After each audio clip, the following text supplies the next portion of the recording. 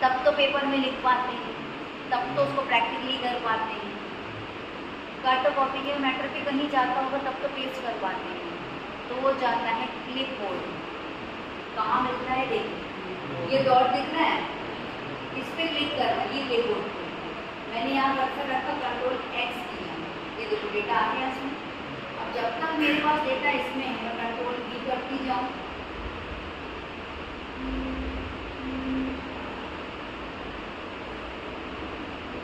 आ रहा है,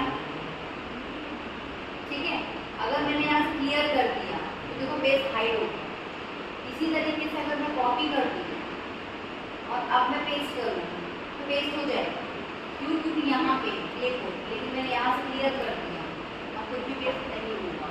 जिस तरीके से हम फाइल डिलीट करते हैं, फाइल रिसाइकल बिन में जाती है, आप रिस्टोर कर सकते हैं, लेकिन फाइल रिसाइकल बिन से रिमूव होती है और वो आप उसको रिस्टोर नहीं कर सकते, मतलब सोर्स से ही चली गई है।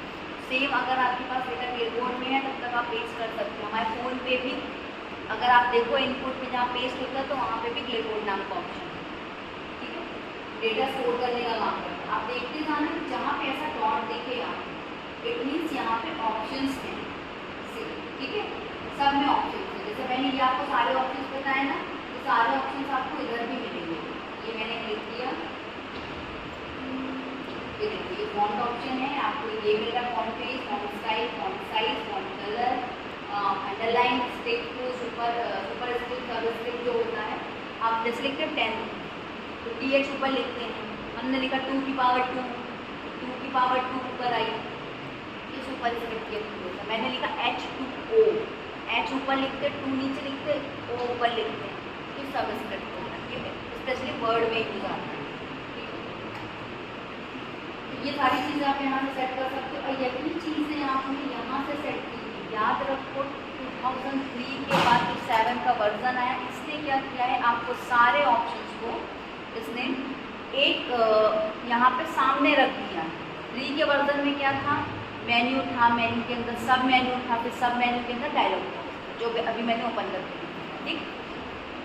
7 के वर्जन के बाद इसने वो कॉन्सेप्ट खत्म कर दिया, इसने सीधे टैब दिया, टैब के अंदर हमने रिबन्स दिया और रिबन्स के अंदर उसने ऑप्शन रख दिया, आप उठाओ यूज़ करो डायरेक्ट, ठीक है। तो इजी हो गया यूज़ करना, क्लियर है आपको।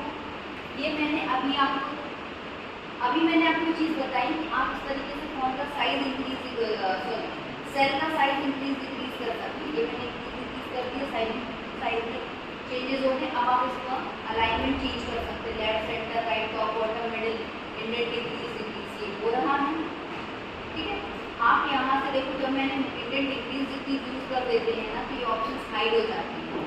मैंने यहाँ से वर्टिकल हाईलाइट है ना, तो वर्टिकल पर क्लिक कर दो, उसके बाद सब हाईलाइट नहीं हुआ है अगर, तो यहाँ चले जाना, मैं यहाँ पे नाम लिख दूँ, नाम बताओ बेटा अपना, लिख के दो।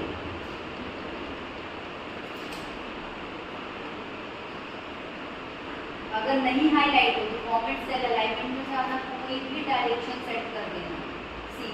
अब इसके बाद देखो सारे ऑप्शन हाईलाइट है, रोटेशन है, आपको किस डिग्री में कितना रोटेट करना है, ठीक है। चलो इसी में देखते हैं, ये रोटेशन समझ में आया, ठीक है। अब मैंने अभी बताया था सेल में डेटा को एडजस्ट करने के लिए हमने सेल की साइज इंक्रीज कर दी थी, डबल क्लिक कर दिया तो ऑटो अरेंज हो गया था।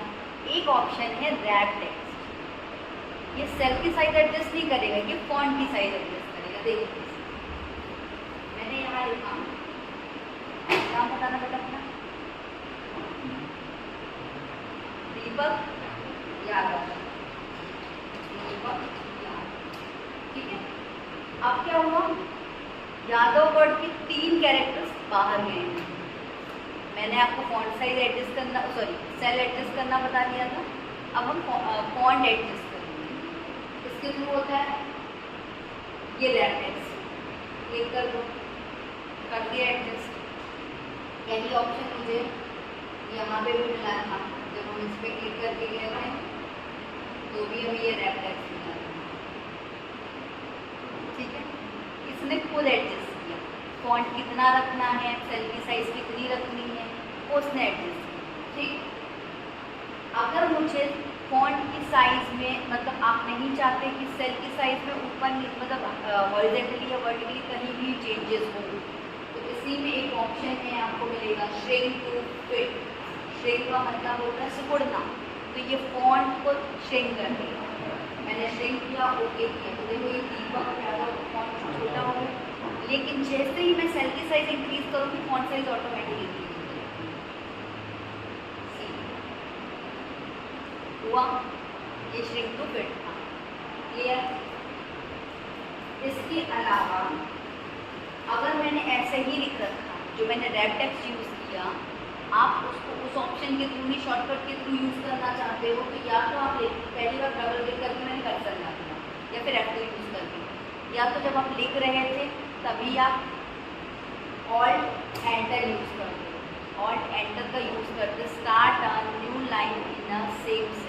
हम एक सेल में हमेशा एक ही लाइन लिख सकते हैं। अगर मुझे एक सेल में एक से ज़्यादा लाइन लिखनी होती है तो हम या तो रेड टेक्स्ट यूज़ करते हैं या फिर शॉर्टकट की ऑल्ट प्लस एंटर यूज़ करते हैं, ठीक है।